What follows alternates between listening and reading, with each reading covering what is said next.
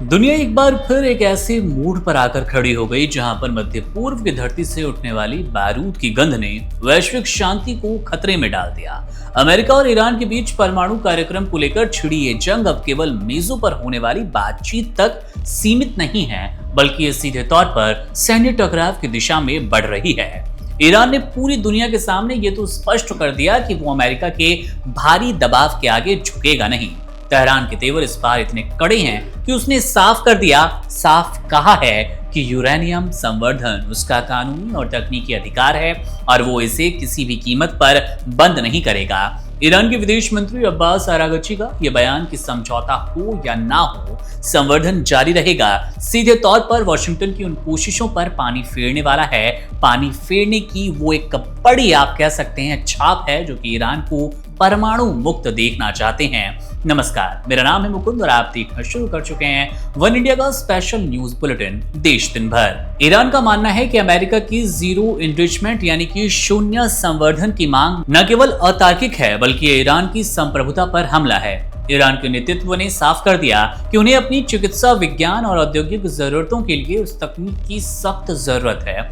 उनका आरोप है कि अमेरिका बातचीत के दौरान बार बार अपनी शर्तें बदलकर समाधान के रास्तों को खुद ही बंद कर रहा है। लेकिन इस पूरे विवाद का सबसे खतरनाक पहलू ईरान के सर्वोच्च नेता अयतुल्ला खामनेई की वो चेतावनी है जिसने इजराइल और अमेरिका की नींद उड़ा दी। खामनेई ने स्पष्ट शब्दों में कहा कि अगर ईरान पर कोई भी युद्ध थोपा गया तो वो अपने परमाणु अधिकारों के साथ कोई समझौता नहीं करेंगे और हमला करने वालों को ऐसी कीमत चुकानी पड़ेगी जिसका अंदाजा विश्व ने नहीं लगाया होगा, कभी उन्होंने सोचा नहीं होगा। खामनेई की यह धमकी इस बात का संकेत है कि ईरान अब केवल रक्षात्मक मुद्रा में नहीं है बल्कि वो पलटवार के लिए पूरी तरह तैयार बैठा है। अब इसी बीच इजराइल ने साग में घी डालने का काम किया। इजराइल का धैर्य अब जवाब दे रहा है और उसने अमेरिका के नवनिर्वाचित राष्ट्रपति डोनाल्ड ट्रंप को एक तरह से अल्टीमेटम दिया है। इजरायली सुरक्षा सूत्रों का कहना है कि यदि ईरान ने उनके द्वारा तय की गई बैलिस्टिक मिसाइल की रेड लाइन को पार किया तो इजराइल अमेरिका की अनुमति या फिर उसकी भागीदारी का इंतजार नहीं करने वाला। इजराइल ने साफ कर दिया कि वो अपने अस्तित्व की रक्षा के लिए अकेले सैन्य कार्रवाई करने में सक्षम है और इसके लिए उसने पूरी तैयारी भी कर रखी है। इजराइल का मानना है कि ईरान का मिसाइल प्रोग्राम उसके लिए एक सीधा और सबसे बड़ा खतरा बन चुका है। अब हाल ही में उच्च स्तरीय बैठकों में इजराइल ने अमेरिका के साथ की गई वो तमाम योजनाएं भी साझा की जिनमें ईरान की मिसाइलें, उत्पादन केंद्रों, स्टोरेज साइट्स और सप्लाई नेटवर्क को नेस्तनाबूद करने का खाका तैयार किया गया। इजराइल की सबसे बड़ी चिंता ये कि कहीं डोनाल्ड ट्रंप ईरान के खिलाफ कोई नरम रुख अपना ना लें। इजरायली अधिकारियों को डर है कि अगर ट्रंप केवल प्रतीकात्मक या फिर सीमित सैन्य कार्रवाई करेंगे जैसा कि यमन में हूती विद्रोहियों के खिलाफ किया गया तो इससे ईरान का मुख्य ढांचा सुरक्षित रह जाएगा। इजराइल चाहता है कि हमला ऐसा हो कि ईरान की सैन्य कमर तोड़ दी जाए और उसे दोबारा उठने का कोई मौका ना मिले। प्रधानमंत्री बेंजामिन नेतन्याहू इस मुद्दे पर ट्रंप से सीधी बात करने वाले हैं और उनके साथ इजरायली वायुसेना के बड़े अधिकारियों का जाना इस बात का भी प्रमाण है कि इजराइल एक बड़े हवाई हमले की योजना पर काम कर रहा है। नेतन्याहू ने साफ संकेत दिए हैं कि वे ईरान को किसी भी हाल में परमाणु शक्ति संपन्न नहीं होने देंगे, चाहे इसके लिए पूरी दुनिया के खिलाफ उन्हें क्यों न खड़ा होना पड़े, पर वो इस पूरी कोशिश में ईरान को रोकते नजर आएंगे। दूसरी तरफ अमेरिका के लिए स्थिति बेहद पेचीदा है। एक तरफ ट्रंप पर इजराइल का भारी दबाव तो दूसरी तरफ अमेरिका को एक और बड़े युद्ध में झोंकने से बचना भी है। अब ट्रंप की यही सोच है कि एक और युद्ध में जाना अब नुकसान जैसी स्थिति पैदा कर सकता है। हालांकि अरब सागर में अमेरिकी विमान वाहक पोत यूएसएस अब्राहिम लिंकन की तैनाती और नेतन्याहू द्वारा उस पर चर्चा करना ये तो साफ करता है कि पर्दे के पीछे युद्ध की बिसात बिछ चुकी है। ईरान ने साफ कर दिया कि अगर वो अपनी तकनीक और जमीन की रक्षा के लिए आखिरी कदम तक अगर ना लड़े तो कह सकते हैं आप वो हार मान रहा है, लेकिन ऐसा वो करेगा नहीं। खामनेई का संदेश सीधा है कि इजराइल को पहले अपनी सुरक्षा की गारंटी देखनी होगी। इजराइल पहले अपनी रक्षा करेगा और उसके बाद किसी का साथ देगा, दुनिया का चाहे कोई भी देश हो, खुद डोनाल्ड ट्रंप या फिर अमेरिका क्यों ना, क्योंकि ईरान का जवाब बेहद घातक होने वाला है। और अब पूरी दुनिया की नजर इस बात पर टिकी है कि क्या कूटनीति इस बारूद के ढेर को फटने से बचा लेगी या फिर मध्य पूर्व एक ऐसे महायुद्ध के केंद्र में लिपटता नजर आएगा। एक ऐसा केंद्र बन जाएगा जिसकी लपटें पूरी दुनिया को अपनी चपेट में ले लेगी। ये समय अब केवल बयानों का नहीं है बल्कि सामरिक चालों का है, जहां एक भी गलत कदम विनाश का कारण बनेगा और पूरा विश्व इसकी चपेट में आएगा। बिहार की सियासत में अपने बेबाक बयानबाजियों के लिए और मददगार छवि के लिए मशहूर पूर्णिया सांसद राजेश रंजन उर्फ पप्पू यादव की गिरफ्तारी आपने देखी होगी। सोशल मीडिया पर उनका वीडियो खूब वायरल है और इस गिरफ्तारी ने एक बार फिर राज्य के राजनीतिक गलियारों में हलचल तेज कर दी। पप्पू यादव का नाम आते ही एक ऐसे नेता की छवि जरूर बनती है, एक तस्वीर उभरती है जो कभी बाहुबली छवि के लिए जाना गया तो कभी गरीबों के मसीहा के तौर पर उभरा। उनकी ताजा गिरफ्तारी के पीछे की वजह भी काफी चर्चा में रही। दरअसल पप्पू यादव को पूर्णिया में एक व्यवसायी से रंगदारी मांगने और धमकी देने के मामले में गिरफ्तार कर लिया गया। ये मामला पिछले कुछ महीनों में तूल पकड़ रहा है, जिसमें एक फर्नीचर कारोबारी ने उन पर 1 करोड़ रुपए की रंगदारी मांगने, जान से मारने की धमकी देने के गंभीर संगीन आरोप लगाए। हालांकि पप्पू यादव ने इन सभी आरोपों को सिरे से खारिज कर दिया और इसे एक राजनीतिक साजिश करार दिया। लेकिन पुलिसिया कार्रवाई ने उनके राजनीतिक सफर में एक बार फिर मुश्किलों का पहाड़ खड़ा कर दिया है। अब इस गिरफ्तारी के पीछे केवल एक केस नहीं बल्कि पिछले कुछ समय से प्रशासन के साथ उनकी बढ़ती तकरार भी एक बड़ी वजह मानी जा रही है। पप्पू यादव अक्सर जनता के मुद्दों पर अधिकारियों से भिड़ जाते हैं, जिससे प्रशासन सरकारी काम में बाधा के तौर पर इस पूरे मंजर को देखता नजर आता है। हाल ही के दिनों में लॉरेंस बिश्नोई गैंग को लेकर भी उनके बयानों और उसके बाद उन्हें मिली धमकियों ने लगातार पप्पू यादव को सुर्खियों में रखा था, लेकिन कानून के शिकंजे में वो उस रंगदारी मामले के कारण आए जिनसे उनकी छवि पर एक सवालिया निशान तो जरूर लग गया। उनके समर्थकों का मानना है कि पप्पू यादव की बढ़ती लोकप्रियता और पूर्णिया में उनके बढ़ते प्रभाव को रोकने के लिए विरोधियों ने इस पुराने हथकंडे का सहारा लिया है। बिहार पुलिस ने इस मामले में साक्ष्य जुटाने का दावा किया है और इसी आधार पर बड़ी कार्रवाई भी की गई। जब हम बात करते हैं पप्पू यादव की, बात करते हैं उनके बाहुबल की, बात करते हैं उनकी ताकत की, तो उनका राजनीतिक रसूख भी यहाँ पर नजर आता है और इसके साथ ही उनकी आर्थिक स्थिति पर भी बात करना जरूरी हो जाता है, जो कि काफी चर्चा में रहती है। साल 2024 के लोकसभा चुनाव के दौरान चुनाव आयोग को दिए गए हलफनामे के अनुसार ही पप्पू यादव और उनकी पत्नी रंजीत रंजन करोड़ों की संपत्ति के मालिक हैं। हलफनामे में दी गई जानकारी के मुताबिक पप्पू यादव के पास करीब 12.62 करोड़ रुपए की कुल चल और अचल संपत्ति है। पप्पू यादव के पास नकद की अगर राशि की बात की जाए और इसके अलावा बैंक खातों में भी मोटी रकम देखी गई है, मोटी रकम की बात कही गई है। इसके साथ ही उनके पास कई लग्जरी गाड़ियां, दिल्ली बिहार जैसे शहरों में कीमती जमीनें और कई बड़े मकान हैं। अब विस्तार से देखिए तो पप्पू यादव के नाम पर बिहार और देश के अन्य हिस्सों में कृषि योग्य भूमि और व्यावसायिक इमारतें हैं। उनके निवेश पोर्टफोलियो में बीमा पॉलिसीज, शेयर बाजार में लगाए गए पैसे भी शामिल रहते हैं, जो कि इनकी संपत्ति को और भी बड़ा बनाते हैं। हालांकि उनकी संपत्ति का एक बड़ा हिस्सा विरासत में मिली जमीन और पिछले 3 दशकों से राजनीतिक जीवन के दौरान खरीदी गई संपत्तियों से बना एक जमावड़ा है। हलफनामे के मुताबिक उनके पास लाखों की सोने चांदी के जेवर हैं और दिलचस्प बात तो ये कि पप्पू यादव अक्सर खुद को एक साधारण किसान और जनसेवक के रूप में पेश करते हैं, लेकिन उनकी जीवन शैली और चुनावी दस्तावेजों में दर्ज आंकड़े एक रसूखदार और संपन्न परिवार की कहानी बयां करते हैं। पप्पू यादव की ये गिरफ्तारी उनके राजनीतिक भविष्य के लिए भी एक बड़ी चुनौती बन रही है, क्योंकि एक तरफ जहां वे खुद को निर्दोष बता रहे हैं और इससे जनता की आवाज दबाने की कोशिश हो रही है, ऐसा कहते नजर आ रहे हैं, तो वहीं दूसरी तरफ कानून का शिकंजा उन पर कसता नजर आ रहा है। पूर्णिया की जनता सवाल कर रही है, आखिर इसमें सच्चाई कितनी है। पूर्णिया की जनता के बीच उनकी ये पकड़ आज भी मजबूत है, लेकिन बार बार जेल जाने और कानूनी विवादों में फंसने से उनकी छवि पर गहरा असर भी पड़ता नजर आ रहा है। बिहार की राजनीति में पप्पू यादव एक ऐसे किरदार हैं, आप इन्हें ऐसे समझ सकते हैं कि जो नजरअंदाज तो बिल्कुल नहीं होंगे और पूरी तरह से खत्म भी नहीं हो सकते। देखना यह होगा कि रंगदारी के इस मामले में अब अदालत का क्या रुख रहता है। अब क्या पप्पू यादव एक बार फिर कानूनी भंवर से निकलकर अपनी राजनीतिक जमीन बचा लेंगे? उनकी संपत्ति और उनके खिलाफ चल रहे मुकदमों की फहरिस्त लंबी है, लेकिन बिहार के सियासी दंगल में वे आज भी एक बड़े खिलाड़ी बने हुए हैं। और अंत में बात पाकिस्तान के ड्रामे की, बात होगी पाकिस्तान की उस गीदड़ भमकी की जिससे वो बाज नहीं आ रहा है। पाकिस्तान लगातार अभी भी कोशिश में जुटा है कि भारत के सामने अपना दबदबा, अपना ऑरा बनाया जाए, पूरे विश्व भर में संकेत दिए जाए, विश्व भर में अपनी पहचान आप कह सकते हैं कि हाँ पाकिस्तान भी कुछ दमखम रखता है, एक झूठी पहचान बनाने की कोशिश की जाए, लेकिन ऐसा होता नजर नहीं आ रहा है। ताज़ा उदाहरण आपको बता दें, हाल ही में पाकिस्तान की ओर से, पीसीबी की ओर से 3 बड़ी डिमांड्स आई है। और डिमांड क्यों कि हम 15 को मैच तभी खेलेंगे जब हमारी ये डिमांड्स पूरी कर दी जाए, वरना हम भारत के खिलाफ आईसीसी T20 वर्ल्ड कप 2026 का अब मुकाबला नहीं खेलने वाले, ग्रुप स्टेज का जो मुकाबला है। डिमांड्स आपको बता देते हैं। पहली डिमांड है, पाकिस्तान को वर्ल्ड बॉडी से ज्यादा रेवेन्यू चाहिए, जो कि कभी बहुत मुश्किल है मिलना।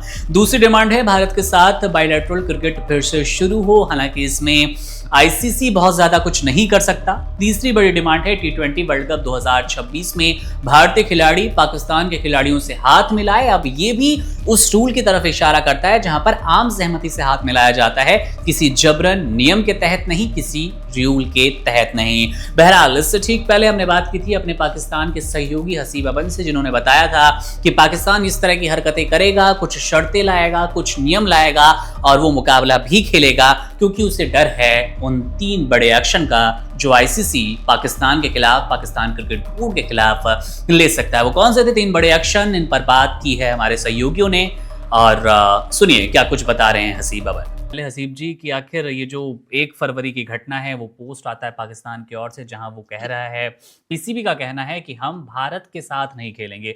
सुरक्षा कारणों का हवाला पहले दिया गया था, तब कहा गया कि आप मत खेलिए, क्योंकि हमने भारत को भी एक न्यूट्रल वेन्यू दिया, वो भारत दुबई में जाकर खेलेगा आपसे के साथ, तो आप भी कोलंबो में खेल सकते हैं। फिर अचानक ऐसा क्या हुआ कि अब कह रहे हैं कि खेलेंगे ही नहीं?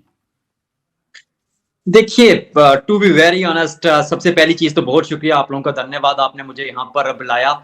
2 चीजें इस मुद्दे में मैं आपके सामने रखना चाहूंगा कि पाकिस्तान ने ये जो कहा है कि हम नहीं खेल रहे, इसके पीछे सबसे जो बड़ी वजह है वो ये थी कि बांग्लादेश के साथ पाकिस्तान सॉलिडेरिटी दिखाते हुए इस टूर्नामेंट से बाइकआउट कर रहा है। हालांकि आईसीसी के कानून के मुताबिक वहां ऐसी कोई शिक या ऐसा कोई क्लाउज मौजूद नहीं है कि पाकिस्तान किसी तीसरे देश की वजह से बाइकआउट कर दे। लेकिन यहाँ पर जो पाकिस्तान के हक में एक चीज है जो मुझे पर्सनली ऐसा लगता है कि पाकिस्तान की कदकाठी इंटरनेशनल क्रिकेट में एक अलग दर्जे की है। अगर आईसीसी को पाकिस्तान से कोई इशू ना होता ना, तो छुट्टी वाले दिन यानी इतवार वाले दिन रात के 11 बजे आईसीसी उसका जवाब फौरन ना देता। ऐसा कभी भी नहीं हुआ। ऐसा कभी भी नहीं हुआ कि आईसीसी ने ना 2 घंटे के अंदर अंदर किसी इशू का इतने जल्दी जो है वो रिस्पॉन्स किया हो। तो विच मीन्स के पाकिस्तान क्रिकेट की कदकाठी तो है और पाकिस्तान से फर्क पड़ता है, लेकिन जो नुकसान होता है वो दोनों तरफ होता है। ये बात कहीं ना कहीं सच जरूर है कि आईसीसी को थोड़ा सा दचका जरूर लगा, भारत थोड़ा प्रेशर में जरूर आया, क्योंकि ब्रॉडकास्टर्स का ताल्लुक भी भारत से, और वो जो एग्रीमेंट हुआ था आईसीसी और ब्रॉडकास्टर्स में वो तकरीबन पाकिस्तानी रुपीस में 650 करोड़ के आसपास हुआ था। और अगर वो नुकसान होता है तो फिर उसकी भरपाई के लिए पाकिस्तान को भी सैंक्शंस और पाकिस्तान को भी दिक्कतों का सामना हो सकता है। पाकिस्तानी फैंस शायद मुझसे एग्री करें ना करें, लेकिन ये चीज भी आपको माननी पड़ेगी कि अगर क्या कहते हैं पाकिस्तान इस टूर्नामेंट का बाइकआउट करता है तो फिर पाकिस्तान को बड़ी दिक्कतों का सामना करना पड़ेगा, क्योंकि शायद पाकिस्तान को आईसीसी कह दे कि आप पूरा टूर्नामेंट ही ना खेलें। आई मीन अगर पाकिस्तान इंडिया का मैच अगर हटा देते हैं आप T20 वर्ल्ड कप से, तो पीछे कुछ बचता नहीं है। और पाकिस्तान क्रिकेट टीम के लिए, पाकिस्तान क्रिकेट के लिए एक मुश्किल दौर भी है। कहीं ना कहीं पाकिस्तानी फैंस खुशी मना रहे हैं, इसको सेलिब्रेट कर रहे हैं कि भाई हमने भारत को घुटनों पर लाकर खड़ा कर दिया, हमने बीसीसीआई के साथ ये कर दिया। वो बात अपनी जगह दुरुस्त जरूर है। मैं पहले चर्चा कर चुका हूं कि रात के 11 बजे छुट्टी वाले दिन आईसीसी प्रेस रिलीज जारी करता है, लेकिन कहीं ना कहीं फ्यूचर में जाकर लॉन्ग टर्म पॉलिसी में पाकिस्तान को थोड़ी दिक्कतें होंगी, क्योंकि कद्दू कटता है तो फिर सब में बटता है। ये एग्जांपल मैं इसलिए दे रहा हूं क्योंकि बाकी जो क्रिकेट बोर्ड है, आप न्यूजीलैंड को देख लें, ऑस्ट्रेलिया को देख लें, इंग्लैंड को देख लें, रेवेन्यू शेयर तो वो भी आईसीसी से ले रहे हैं। और जब उनको कहा जाएगा कि पाकिस्तान की वजह से इस साल कमाई उतनी हुई नहीं है, तो शायद वो पाकिस्तान के साथ बायलैटरल सीरीज ना खेलें। बीसीसीआई आईसीसी का कमाऊ पुत्र है, माने ना माने बीसीसीआई की एक पावर है, उनकी एक कदकाठी, उनका एक असर और सूख है, और उनके प्रेशर पर शायद बाकी खिलाड़ी, फिर बाकी जो बोर्ड्स हैं वो अपने खिलाड़ियों को पीएसएल में भी ना भेजें। शायद आप पर आइंदा आईसीसी इवेंट्स में जो है वो पाबंदी भी लगा दी जाए। और पाकिस्तान क्रिकेट के लिए अभी सेलिब्रेट ठीक है, 1-2 दिन आप सेलिब्रेट कीजिए कि भाई भारत मुश्किल में है। बीसीसीआई ने वो एक दफा फिर जेशा साहब के जेर सदारत जो आईसीसी का एक वो ये जो एक कोर सा बना हुआ है, उसने कह दिया कि पाकिस्तान को कि दोबारा नजरसानी कीजिए। थोड़ा सा मुझे वक्त और दीजिएगा, अविनाश भी आपके साथ मौजूद है। अब जो पाकिस्तान ने जो प्रेस रिलीज जारी की ना, पाकिस्तान ने नहीं, आईसीसी ने जो प्रेस रिलीज जारी की, उसमें ना मुझे पर्सनली दो चीजें बड़ी अहम नजर आई। एक तो यह है कि कहीं ना कहीं पाकिस्तान को कहा जा रहा है कि भाई रिकंसिडर कीजिए और आइए और दोबारा खेलिए ये टूर्नामेंट, छोड़िए इन सब चीजों को। और कहीं ना कहीं पाकिस्तान को चेतावनी भी दी गई है, पाकिस्तान को थ्रेट भी किया गया है कि अगर आप नहीं खेलते तो फिर इसके नुकसान के लिए तैयार रहिएगा। तो दोनों चीजें हैं एट दिस स्टेज। अगर पाकिस्तान वापस फैसला ले लेता है, जितना मैं इस गवर्नमेंट को जानता हूं, जितना मैं मोहसिन नकवी साहब को जानता हूं, क्योंकि आपके लिए मोहसिन नकवी साहब शायद सिर्फ चेयरमैन पीसीबी हूं, लेकिन मेरे लिए वो इंटीरियर मिनिस्टर भी हैं, ये भी सच्चाई है। He is also the interior minister of Pakistan. तो वजीर दाखिला गवर्नमेंट के साथ मिलकर एक फैसला कर रहा है कि हम भारत के खिलाफ नहीं खेलेंगे। सच्चाई है, ये कड़वी सच्चाई है। मैं रह भी पाकिस्तान में रहा हूं, कश्मीर का पहला स्पोर्ट्स जर्नलिस्ट हूं, पत्रकार होने के नाते मैं तो सच बोलूंगा। और सच्चाई ये है कि बांग्लादेश के लिए इस T20 वर्ल्ड कप का मतलब बाइकआउट करना समझ से बालातर है। ये वही बांग्लादेश है जो 2012 में आपके साथ डील करता है कि हम पाकिस्तान में सीरीज खेलेंगे, फिर मुकर जाता है। फिर बिग 3 के खिलाफ जब वोटिंग की बारी आती है, बांग्लादेश आपका साथ नहीं देता। बांग्लादेश भारत के साथ रेगुलरली सीरीजें खेल रहा था, आपके खिलाड़ियों पर यानी पाकिस्तान के खिलाड़ियों पर अब PSL में पाबंदी लगी, लेकिन बांग्लादेश तो उस वक्त IPL में, माफ कीजिएगा, पाबंदी लगी, लेकिन बांग्लादेश उस वक्त भी IPL खेल रहा था। तो बांग्लादेश के लिए अपनी क्रिकेट को इतनी मुश्किल में डालना, ये समझ से बालातर है। मोहसिन नकवी साहब क्या कर रहे हैं समझ नहीं आती। बिल्कुल अविनाश जी, आपसे भी इसी सवाल का मैं जवाब जानना चाहूँगा, पर मैं चाहूँगा कि हसीब जी इसकी शुरुआत कर दें। कहना है कि बिल्कुल पाकिस्तान के कई मीम्स, कई आप कह सकते हैं पेजेस लगातार इस बात का दावा कर रहे हैं कि पाकिस्तान की बड़ी जीत है। भारतीय सरकार को, भारत की सरकार को भी सीख लेने की नसीहत दी जा रही है कि जो बांग्लादेश ने किया, पाकिस्तान ने किया, भारत की सरकार, मोदी सरकार क्यों नहीं कर पाई थी। लेकिन हसीब जी, पाकिस्तान को लेकर ही चर्चा ये भी है कि क्या आईसीसी अब बैन लगा देगा, क्या आईसीसी अब अगली किसी भी मेजबानी से इस टीम को बाहर रखेगा, या फिर ग्रुप स्टेज में भी कोई बड़ा नुकसान होने वाला है। पहले आपसे जवाब जानेंगे अविनाश जी, इसी का जवाब आपसे भी चाहिए कि आखिर भारत में क्या माहौल है। हसीब जी, देखिए, बैन की जहां तक बात है ना, that is a bit far away. अभी आईसीसी कोशिश करेगा कि इस मामले को यहां पर सुलझाया जाए। क्यों? क्योंकि अगर बात की जाए ना पाकिस्तान के बाइकआउट की, तो पाकिस्तान के पास लॉजिस्टिकली शायद उतना बड़ा रीजन नहीं है, क्योंकि बांग्लादेश के लिए आप बाइकआउट नहीं कर सकते। और अगर बात की जाए पाकिस्तान क्रिकेट बोर्ड की, ये टूर्नामेंट खेलने की ना खेलने की, देखिए टूर्नामेंट खेलने का उन्होंने फैसला किया है, लेकिन पाकिस्तान और भारत का अगर मैच नहीं होता तो बहुत लोग वही बात कर रहे हैं, मैं उसको रिपीट नहीं करूंगा कि भाई नुकसान होगा, ये होगा, वो होगा। मसला ये है कि जो बैन का इशू आएगा ना, वो उस वक्त आएगा जब पाकिस्तान वो कंप्लीटली इस टूर्नामेंट को छोड़ेगा। पाकिस्तान ने कंप्लीटली छोड़ा नहीं है, लेकिन अगर भारत के खिलाफ ये टूर्नामेंट, भारत के खिलाफ अगर पाकिस्तान मैच नहीं खेलता, तो हो सकता है कि आईसीसी जो है वो फिर पाकिस्तान पे कंप्लीटली कह दे पाकिस्तान को कि भाई भारत के खिलाफ आप मैच नहीं खेल रहे तो पूरा टूर्नामेंट मत खेलिए। और बड़ी इंटरेस्टिंग चीज जो भारत के पॉइंट ऑफ व्यू से, अगर आप आईसीसी मीटिंग में, क्योंकि 48 घंटे में, मेरे खबरी के मुताबिक 48 घंटे में एक बड़ी मीटिंग बैठेगी, तो उसमें यह हो सकता है कि अंडर-19 के बच्चे उसी दिन भारत के खिलाफ मैच खेल रहे थे, ठीक हो गया, उसी दिन आप फैसला करते हैं कि भाई नहीं, हमारे बच्चे खेलते रहे, हमारी मेन टीम नहीं खेलेगी, यानी मेंस जो टीम वो T20 वर्ल्ड कप नहीं खेलेगी, तो क्या वो अंडर-19 के बच्चे पाकिस्तान के नहीं हैं? एक तो ये जवाब उठता है। इसका जो सवाल उठता है, इसका मैं जो जवाब दूंगा वो ये दूंगा कि भारत ने भी कुछ ऐसा ही किया था 2025 चैंपियंस ट्रॉफी में। भारतीय टीम ने कहा था कि हमारी सरकार नहीं मान रही कि हम भारतीय टीम को पाकिस्तान में भेजें, जबकि उसी साल भारत की कबड्डी टीम पाकिस्तान आई थी, भारत की टेनिस टीम डेविस कप खेलने पाकिस्तान आई थी, भारत की वॉलीबॉल टीम ने पाकिस्तान का दौरा करना था। तो आई मीन, क्या वो बच्चे भारत सरकार के नहीं थे? क्या वो जो अंडर-19 क्या कहते हैं, वो जो कबड्डी की टीम थी या वॉलीबॉल की टीम थी, वो फिर पाकिस्तान क्यों आई? और एक चीज ये है कि भारत की टीम बीसीसीआई के प्रेशर पर और सरकार के प्रेशर पर एशिया कप में पाकिस्तानी खिलाड़ियों से हाथ नहीं मिलाती। ठीक है जी, आपके पॉलिटिकल इश्यूज हैं, I am not the right person to talk for that, के जो जियोग्राफिकल पॉलिटिकल सिचुएशन है मैं उस पर बात नहीं करूंगा। मैं एक क्रिकेट एनालिस्ट हूं और मैं क्रिकेट पर बात करूंगा, लेकिन अगर वो खिलाड़ी हाथ नहीं मिलाते तो फिर हॉकी के खिलाड़ी हाथ क्यों मिलाते हैं? आई मीन, वो बच्चे भी तो भारत सरकार के बच्चे ही हैं, उनका ताल्लुक भी तो इंडिया के साथ ही है। तो मैं खुद कवर कर चुका हूं, क्योंकि वो हॉकी के मैच वहां पर हैंडशेक होता है। तो वो सारे सिनेरियो में, बैन का आपका सवाल था, मैं सवाल से थोड़ा दूर हट गया हूं। बैन नहीं लगेगा पाकिस्तान पर इतने जल्दी, जब तक के पाकिस्तान कंप्लीटली इस टूर्नामेंट को बाइकाट ना करे या कंप्लीटली पाकिस्तान को रफा दफा कर दिया जाए। अगले 48 घंटे में एक मीटिंग बैठेगी, यू नेवर नो कि शायद आप किसी दरमियानी रास्ते पर फैसला होता हुआ देखें। मसला पाकिस्तान के लिए है, भारत ठीक है, नुकसान होगा भारत का, दिक्कतें हैं बीसीसीआई के लिए, जय शाह साहब के लिए, आईसीसी के लिए, ब्रॉडकास्टर्स का प्रेशर है, फाइनेंशियल इश्यूज होंगे, लेकिन पाकिस्तान के लिए जो मिसाइल होंगे वो आगे चलकर ज्यादा होंगे। क्योंकि अगर आप ये वर्ल्ड कप नहीं खेलते या इस वर्ल्ड कप में आप भारत के खिलाफ मैच नहीं खेलते और अगर आप पर पाबंदी लगा दी जाती है तो फिर आप आइसोलेट हो जाएंगे, पाकिस्तान क्रिकेट के लिए दिक्कतें होंगी। और एक और चीज थोड़ी सी जो मेंशन करके हम अविनाश की तरफ चलेंगे, वो ये बात है कि अगर आप बात करते हैं ना कि दो मुल्कों के दरमियान ताल्लुकात अच्छे नहीं है या दो मुल्क किसी न्यूट्रल वेन्यू पर खेल रहे हैं, तो यहां पर पाकिस्तान एक चीज मुझे पर्सनली लगता है शायद ये हो ना हो, मेरा माइंड ये कहता है कि शायद किसी दरमियानी फैसले पर इस तरह ये फैसला हो जाए ना कि शायद आईसीसी कहे कि बांग्लादेश को वापस ले आए, लेकिन बांग्लादेश को वापस ले आए तो आप स्कॉटलैंड को तो ऑलरेडी बुला चुके हैं, या फिर पाकिस्तान और भारत के दरमियान एक bilateral series done and dusted हो जाए कि दोनों टीमें न्यूट्रल वेन्यू पर बाइलैटरल सीरीज भी खेलेंगी और उसके बिना पर आप जो है ये वर्ल्ड कप खेलें। लेकिन पाकिस्तान अगर थूक कर वापस चाटता है यानी पाकिस्तान ये इस फैसले से वापस पीछे मुड़ता है तो बहुत बड़े मिसाइल होंगे पाकिस्तान के लिए, अपने फैंस भी खिलाफ हो जाएंगे, भारत से क्रिटिसिज्म होगा, तो it won't be an easy task for Pakistan. Hot waters में है इस वक्त भारत, लेकिन मुझे ऐसा लग रहा है कि इस वक्त भारत मुश्किल में है, आईसीसी मुश्किल में है, लेकिन शायद एक हफ्ते बाद जब ये पाकिस्तान कंप्लीटली टूर्नामेंट से बाहर हो जाए तो दिक्कतें पाकिस्तान क्रिकेट के लिए ज्यादा हो सकती हैं। बिल्कुल अविनाश जी, हसीब जी ने एक अच्छा जिक्र किया कि पाकिस्तान थूक के अगर चाटेगा तो वो ज़्यादा परेशान करने वाला है इस टीम को, पीसीबी को। लेकिन ये कोई बड़ी बात नहीं है कि पाकिस्तान ने ऐसी हरकत पहले कभी की नहीं। हमने देखा है कि कई घंटे तक मैच डिले रहे हैं और उसके बाद फिर वही मैच खेला भी गया, सारे नियमों का पालन हुआ था।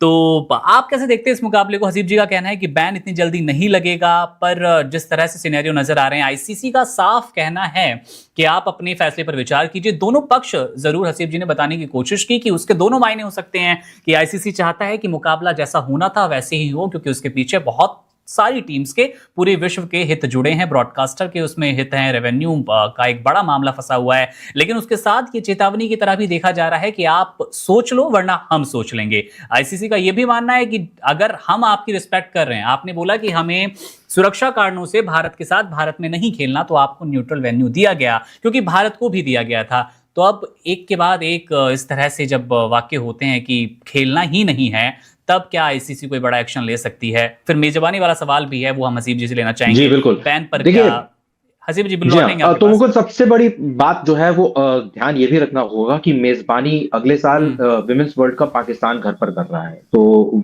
उसमें 2028 में उसमें भी फर्क पड़ेगा और उसकी भी होस्टिंग जो राइट्स है वो पाकिस्तान से छिन जाएंगी, क्योंकि भारत जैसी बड़ी टीम खेलने से वहां मना कर रही है। ऑब्वियसली उसके लिए भी एक हाइब्रिड मॉडल ही इख्तियार किया जा रहा है, क्योंकि ऑन पेपर ऑन डॉक्स ये पिछले साल चैंपियंस ट्रॉफी से पहले ही फिक्स हो चुका था कि भारत और पाकिस्तान के जितने भी मुकाबले आईसीसी टूर्नामेंट्स में होंगे वो एक न्यूट्रल वेन्यू पे होंगे, तो ना भारत पाकिस्तान जाएगा ना पाकिस्तान भारत आएगा। तो ये तो रही बात भारत और पाकिस्तान के आपसी मुकाबलों की। लेकिन अब बात जहां पर बात है कि शायद आईसीसी के जो कुछ पैरामीटर्स हैं और जो मानक हैं उन पर अगर पाकिस्तान अमल नहीं कर रहा है तो होस्टिंग राइट्स भी जाएंगे। रेवेन्यू मॉडल जो शेयरिंग की बात हसीब कह रहे थे उसमें भी फर्क पड़ेगा, और क्योंकि ये ऐसा एक आयोजन है जिसकी दिशा और दशा सब बहुत पहले से तय हो चुकी है, और पाकिस्तान क्रिकेट बोर्ड को, पाकिस्तान की गवर्नमेंट को पता था कि फला दिन भारत के साथ पाकिस्तान खेलने वाली है, और अगर आपको बॉयकॉट ही करना था तो आपने एशिया कप के बाद अगर जो चेयरमैन ऑफ पीसीबी है जो ट्रॉफी लेकर के भाग गए, अभी तक भारत को एशिया कप की ट्रॉफी भी नहीं दी है, अपने ऑफिस में उन्होंने ताला लगा करके रखा हुआ है, और वो डिमांड कर रहे हैं कि भारतीय टीम जो है वो आईसीसी के दफ्तर आए और वहां पर बाकायदा फोटो ऑप हो और वहां से उनके हाथों से वो एशिया कप की ट्रॉफी लेकर के वापस आ जाए। तो यहां पर बात, अगर आपको परेशानी थी भारत के साथ तो आप वहां पर भी बॉयकॉट कर सकते थे, आपने उसी टाइम मना कर दिया होता था कि हम भारत के साथ मुकाबला नहीं खेलेंगे। दूसरा सवाल जो बहुत इंपॉर्टेंट है, मैं ये समझता हूं कि इस ग्रुप से भारत और पाकिस्तान ही दो टीमें हैं जो सुपर 6 के लिए क्वालिफाई करेंगी। जी। तो जब अगले स्टेज में ये दोनों टीमें जाएंगी और उम्मीद करते हैं जिस तरीके का खेल पाकिस्तान कर रहा है, पिछले विश्व कप की हम बात नहीं करते हैं, वहां तो ग्रुप स्टेज से ऊपर जा ही नहीं पाई टीम, क्वालिफाई नहीं कर पाई। और लेकिन क्योंकि ये एशिया में खेल रहे हैं, श्रीलंका में सारे मुकाबले अपने खेलेंगे, वेन्यू का जो एक उससे फेमिलियरिटी है, स्पिन फ्रेंडली पिचेस होती हैं, उन सब बातों को मद्देनजर रखते हुए अगर हम बात करें तो जाहिर तौर पर सेमीफाइनल या फाइनल में भारत और पाकिस्तान का भिड़ंत वापस से हो सकती है। तो क्या तब भी पाकिस्तान मना करेगी, बॉयकॉट करेगी फाइनल का मुकाबला ना खेले जाने के लिए? ये भी सवाल का जवाब अभी तक नहीं आया है। तो और क्योंकि अगर आपने पहले से ये बता दिया है कि भाई आप भारत और पाकिस्तान के मैच का बॉयकॉट कर रहे हैं, तो ये आईसीसी अगर इस चीज को बिटवीन द लाइंस अगर रीड करके ये कहता है कि ठीक है, अगर आपको आगे आने वाले मैच में भी अगर आप इस तरीके की एक कंडीशन लगाते हैं, तो हम बेहतर यही होगा कि आपको हम इस टूर्नामेंट से बाहर कर देते हैं। और अगर इस वक्त भारत, देखिए बात जहां हो रही है कि इंडिया बैकफुट पर है, तो मुझे नहीं लगता बीसीसीआई और इंडिया जो है वो बैकफुट पर है। जाहिर तौर पर ब्रॉडकास्टर्स ने जो अच्छी खासी भारी भरकम जो धनराशि चुकाई होती है वर्ल्ड कप के मैचेस को होस्ट करने के लिए, वो बहुत बड़ी है। और तकरीबन 250 से 300 करोड़ रुपए अगर आप देखें तो इंडियन करेंसी में 400 करोड़ भी अगर आप बात कर सकते हैं, तो वो ऑन द लाइन है इस पर्टिकुलर मैच के लिए, क्योंकि होस्टिंग के लिए जैसे मैंने पहले भी बोला था कि एड्स के रेवेन्यू बहुत ज्यादा हाई होते हैं। पर सेकंड आपको 3-4 लाख या 10-10 लाख की कमाई होती है। तो उसका जरूर खामियाजा जो है वो भारतीय ब्रॉडकास्टर को भुगतना पड़ेगा। लेकिन ये मैं समझता हूं ये इतनी बड़ी भी भारत के लिए परेशानी का सबब नहीं बनेगा, क्योंकि ये over a period of time देखा जाता है। और अगर कुछ कमी भारतीय ब्रॉडकास्टर को इंडिया पाकिस्तान वाले मैच से खामियाजा अगर भुगतना भी पड़ता है in terms of monetary benefits, तो वो आईपीएल के दौरान और भी जो बाकी के आगे के आने वाले ICC tournament T20 world cup के जो बड़े मुकाबले हैं, उस वक्त भी वो भुनाने की जरूर कोशिशें करेगा।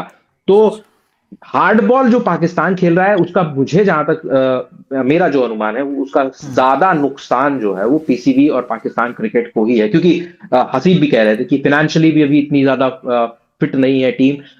पाकिस्तान क्रिकेट बोर्ड बहुत ज्यादा हलचल मची हुई है, पैसे की कमी जरूर है। इस साल हमने देखा कि पीएसएल भी जो है वो अब थोड़ा सा अपने आप को बड़ा करने के मोड पे आ रहा है। हालांकि एक बड़ी परेशानी पीएसएल के सामने ये भी रहती है, चुनौती ये भी रहती है कि ये पीएसएल डायरेक्टली आईपीएल के साथ क्लैश करता है, क्योंकि ये उसी विंडो में खेलते हैं जिस विंडो में आईपीएल खेला जाता है। ये कंपटीशन के तौर पे लेकर के आए हैं। लेकिन अगर इस तरीके का हार्ड बॉल आप खेलेंगे और आईसीसी अगर अपने या बाकी के जो बोर्ड्स हैं, जो 14 बोर्ड्स जो टेबल पर बैठते हैं मीटिंग्स के दौरान, और उनको भी आपकी वजह से आर्थिक नुकसान होता है, तो क्या वो अपने खिलाड़ियों को एनओसी प्रोवाइड करेंगे आपके पीएसएल खेलने के लिए? मुझे नहीं लगता है कि वो आपको एनओसी देने वाले हैं। और अगर बड़े अंतरराष्ट्रीय खिलाड़ी आकर के पीएसएल में शिरकत नहीं करते हैं, तो जो इस साल जो इस टूर्नामेंट को बड़ा करने की कोशिशें हो रही हैं वो अंधे मुंह गिर जाएंगी। तो यहां पर नुकसान पाकिस्तान का है। और जो जैसे हसीब ने बोला कि सेलिब्रेशन हो रहा है, तो थोड़ा सा जो क्रिकेट प्रेमी हैं जो ट्विटर पे इस बात को सेलिब्रेट कर रहे हैं, वो थोड़ा सा इंट्रोस्पेक्ट कर करके देखें और सोचें कि विश्व कप का सबसे बड़ा अगर आप मुकाबले की बात करते हैं तो वो भारत और पाकिस्तान के बीच का मुकाबला होता है। और अगर आप वो मुकाबला नहीं खेल रहे हैं तो आपने ऑलरेडी 2 अंक जो है वो भारत को दे दिए, फ्री में दे दिए, आपने गिफ्ट कर दिए। और उससे भारत, हम ये मान करके चल रहे हैं कि भारत तो आसानी से क्वालिफाई करेगा, क्योंकि अपने मुकाबले घर पर खेल रहा है। और बाकी की जो टीमें हैं भारत और पाकिस्तान के ग्रुप में, उनमें इतना दमखम नहीं है कि वो परेशान कर सकें इन दोनों टीमों को और इनकी अगले स्टेज की जो राह है उसमें इतना बड़ा रोड़ा खड़ा कर पाए। लेकिन अगर पाकिस्तान यहां नहीं खेलता है और आगे चल करके कहता है कि ठीक है भाई, सेमीफाइनल का मुकाबला है, बड़ा मुकाबला है, अब तो यहाँ पे बड़ी धनराशि भी मिलेगी और टूर्नामेंट खिताब भी आपके नाम होता है और अब आप खेलेंगे, तो वो फिर उनकी अंतरराष्ट्रीय स्तर पर भी बड़ी किरकिरी होगी। और घर पर तो जो मीडिया और जो सपोर्टर्स हैं पाकिस्तान क्रिकेट के, या जो एंटी बीसीसीआई एक जो नैरेटिव सेट हुआ है, वो भी आपका हार्म होगा, आपके ऊपर बैकफायर करेगा। बिल्कुल। हसीब जी, आपसे सवाल, और सवाल मैं कहूँगा सबसे महत्वपूर्ण, आखिर एक्शन के तौर पर अगर हम देखें कि वो कौन से 3 एक्शन हो सकते हैं आईसीसी जो पाकिस्तान के खिलाफ, पीसीबी के खिलाफ ले सकती है अगर उन्होंने मूड नहीं बदला? और दूसरा सवाल ये कि क्या पाकिस्तान यू टर्न लेगा? दोनों के जवाब। सबसे पहली चीज, ये जो एक मुद्दा खड़ा हुआ है उसके मुताबिक ये हो रहा है कि 15 तारीख को तो पाकिस्तान बाइकआउट कर रहा है, लेकिन अगर सेमीफाइनल या फाइनल में भिड़न होती है तो फिर क्या पाकिस्तान खेलेगा? इसका जवाब है पाकिस्तान खेलेगा। क्योंकि पाकिस्तान क्रिकेट बोर्ड की जो मेरे तक खबरें आ रही हैं उनके मुताबिक यही है कि 15 फरवरी वाले मैच का बाइकआउट है। आगे अगर पाकिस्तान भारत किसी नॉकआउट मुकाबले में भिड़ते हैं तो वो खेलेंगे। ठीक है, ये चीज क्लियर करना इसलिए जरूरी है क्योंकि हर तरफ ये डिबेट चल रही है, हर तरफ, और मैंने ये बात क्लियर कर दी। अब आपके सवाल पे आते हैं। सवाल ये है कि आईसीसी कौन से 3 बड़े एक्शन लेगा? एक्शन नहीं, एक्शन वो पीएसएल आईपीएल का एक्शन है, इसलिए इस बान पे वही चढ़ा हुआ है। तो एक्शन की बात करें आईसीसी की, तो पहला एक्शन ये होगा कि पाकिस्तान को फ्यूचर आईसीसी इवेंट से बैन कर दिया जाएगा, क्योंकि कोई भी आईसीसी इवेंट पाकिस्तान भारत के मैच के बगैर जो है वो खत्म नहीं हुआ। तो अब अगर पाकिस्तान इस साल भारत के खिलाफ मैच नहीं खेलता तो फिर अगली बार जो आईसीसी इवेंट होगा उसमें से पाकिस्तान को बैन कर दिया जाएगा। दूसरे जो हैवी सैंक्शंस पाकिस्तान पर लगेंगे वो ये लगेंगे कि पाकिस्तान पाकिस्तानी रुपीस में 1066 अरब रुपए लेता है सालाना आईसीसी से, वो पाकिस्तान को नहीं मिलेंगे और वो पैसे जो है वो ब्रॉडकास्टर्स को दिए जाएंगे, क्योंकि ब्रॉडकास्टर्स का नुकसान हो रहा है तकरीबन 700 करोड़ का। तो कहीं ना कहीं जगह से तो वो पूरा करना ही है, तो फिर जियो हॉटस्टार को पाकिस्तान के सालाना रेवेन्यू काट कर वो पैसे वहां से दिए जाएंगे। ये तो दूसरी बड़ी बात। तीसरा जो बड़ा पाकिस्तान पे एक्शन किया जा सकता है वो ये किया जा सकता है कि पाकिस्तान को आइसोलेट कर दिया जाएगा। आइसोलेट इस तरह कर दिया जाएगा कि बड़ी टीमें पाकिस्तान के खिलाफ नहीं खेलेंगी, जिनमें ऑस्ट्रेलिया, न्यूजीलैंड, इंग्लैंड। भारत तो ऑलरेडी पाकिस्तान के खिलाफ बायलैटरल्स नहीं खेल रहा, तो वो एक इशू होगा। ये 3 बड़े क्या कहते हैं मसले होंगे। यू टर्न की जहां तक बात है ना, यू टर्न का मसला पाकिस्तान को इस वक्त तक अगर आप देखें ना एज अ न्यूट्रल फैन, तो मुझे भी पर्सनली लगता है कि मैचेस होने चाहिए। मैं बीइंग अ जर्नलिस्ट मैं ये बात करता हूं कि खेल को जो है वो सियासत से दूर रखा जाए, मैचेस होने चाहिए। लेकिन पाकिस्तान के लिए दिक्कत ये है कि अगर वो यहां से मुकर जाते हैं इस स्टेज से तो फिर थूक कर चाटना। पहले मैंने चर्चा की उस चीज से, पाकिस्तान में भी लोग मीम्स बनाएंगे, भारत पर तनकीद होगी, इंटरनेशनल लेवल पर दुनिया भर में जो है विश्व भर में आपका मजाक उड़ाया जाएगा कि भाई ये पाकिस्तान क्रिकेट बोर्ड कर क्या रहा है। ये पाकिस्तान क्रिकेट बोर्ड पीसीबी है, पीसीबी पाकिस्तान सर्कस बोर्ड है, ये तो फिर आपको वहां पर डिसाइड करना पड़ेगा। तो पाकिस्तान इस फैसले से मुझे नहीं लगता पीछे हटेगा अनटिल एंड अनलेस अगर पाकिस्तान की बहुत बड़ी डिमांड मान ली जाए। पाकिस्तान एक ही सूरत में इस फैसले से पीछे हट सकता है, वो ये हो सकता है कि आईसीसी में जो अगले 48 घंटे में एक अहम बोर्ड मीटिंग होगी, उस मीटिंग में ये कहा जाए कि पाकिस्तान को जो है ना वो या तो भारत के साथ न्यूट्रल वेन्यू पर कोई सीरीज खेलने को मिलेगी, या फिर पाकिस्तान को ये हो जाए कि बांग्लादेश को वापस लाया जाए। आई मीन समझ से मेरी तो बालातर ये पाकिस्तान क्रिकेट बोर्ड कर क्यों रहा है? बांग्लादेश के लिए ये सब चीजें करना पाकिस्तान क्रिकेट बोर्ड को एक तो सॉरी टू से पाकिस्तान से लोग सुन रहे होंगे शायद मेरे खिलाफ हो जाए, लेकिन ये इतने अनप्रोफेशनल लोग हैं ना। ठीक है, अभी उन्होंने भारत के खिलाफ एक चीज बोली, अभी आपने कहा कि भाई हमने बीसीसीआई को घुटनों पर ला खड़ा कर दिया। अच्छी चीज है, बात में दम जरूर है कि बीसीसीआई को प्रेशर पड़ा है, आईसीसी को प्रेशर पड़ा है, इसलिए छुट्टी वाले दिन रात को वो रिप्लाई कर रहे हैं। फाइनेंशियल लॉस का खतरा है, लेकिन ये इतने अनप्रोफेशनल लोग हैं। मैं आपको बता दूं मुकुंद जी के ये जो पाकिस्तान क्रिकेट बोर्ड के मीडिया मैनेजर है ना, ये मोहसिन नकवी साहब के चेयरमैन पीसीबी है, उनके चैनल पर पहले असाइनमेंट एडिटर थे। मोहसिन नकवी साहब का एक अपना चैनल है सिटी 42, वहां पर एडिटर थे। इनकी क्वालिफिकेशन ही क्या कि आप इनको टीम के साथ लेकर आए। इन्होंने तो टीवी पर बस मैच देखे होंगे, ना ये कभी ग्राउंड में गए, ना इन्होंने कभी क्रिकेट खेली है। मोहसिन नकवी साहब खुद जो है वो इंतजामी तौर पर, मैनेजमेंट के तौर पर ठीक काम कर रहे हैं, पर क्रिकेट को तो वो भी नहीं समझते। और मैं एक चीज आपको बताता हूं, इन्होंने ऐसा किया ना, अनप्रोफेशनलिज्म के हवाले से बात कर रहा हूं, इन्होंने ऐसा किया कि इन्होंने टी20 वर्ल्ड कप में ख्वाजा नाफे को डाल दिया। ख्वाजा नाफे पाकिस्तान के प्लान में कहीं नहीं थे। अगर ख्वाजा नाफे को आपने टी20 वर्ल्ड कप स्क्वाड में रखना था तो पिछले 6 महीने ना वो पाकिस्तान की शाहीन टीम के साथ खेले, ना पाकिस्तान की ए टीम के साथ खेले, ना इमर्जिंग एशिया कप खेले। वहां पर आप गाजी गोरी पर इन्वेस्ट कर रहे हैं और फिर अचानक आप टी10 लीग में जाकर देखते हैं ख्वाजा नाफे को और उनको टीम में लेके आते हैं। कोई क्राइटेरिया नहीं है, अनप्रोफेशनल लोग हैं। और ठीक है, अभी थोड़ी हमदर्दी इन्होंने इसलिए हासिल की क्योंकि पाकिस्तान और इंडिया दोनों मुल्कों की जो यूथ है, जो लोग हैं, वो सोशल मीडिया से लेकर हर जगह एक दूसरे के खिलाफ है। तो वो जो बयानिया बनता है ना किसी भी देश के खिलाफ, ये भारत में भी ऐसा ही होता है। आप शायद ना माने, लेकिन भारत में भी अगर आपकी गवर्नमेंट बनाती है पाकिस्तान के खिलाफ ना कोई बयानिया, तो आपके लोग गवर्नमेंट के साथ खड़े हो जाएंगे। Same in the case Pakistan में भी ऐसा ही होता है। तो ये थी आज देश दुनिया की वो बड़ी खबरें जिनका जानना आपके लिए, हमारे लिए जरूरी था। बहरहाल आप आपकी अगर कोई राय है इन खबरों को लेकर, कोई शंका, कोई संशय आपके मन में, तो कमेंट बॉक्स आपके लिए ही अपनी टिप्पणी वहां जरूर कीजिएगा। मेरा नाम है मुकुंद, आप बने रहिए वन इंडिया के साथ। शुक्रिया। Subscribe to One India and never miss an update. Download the One India app now.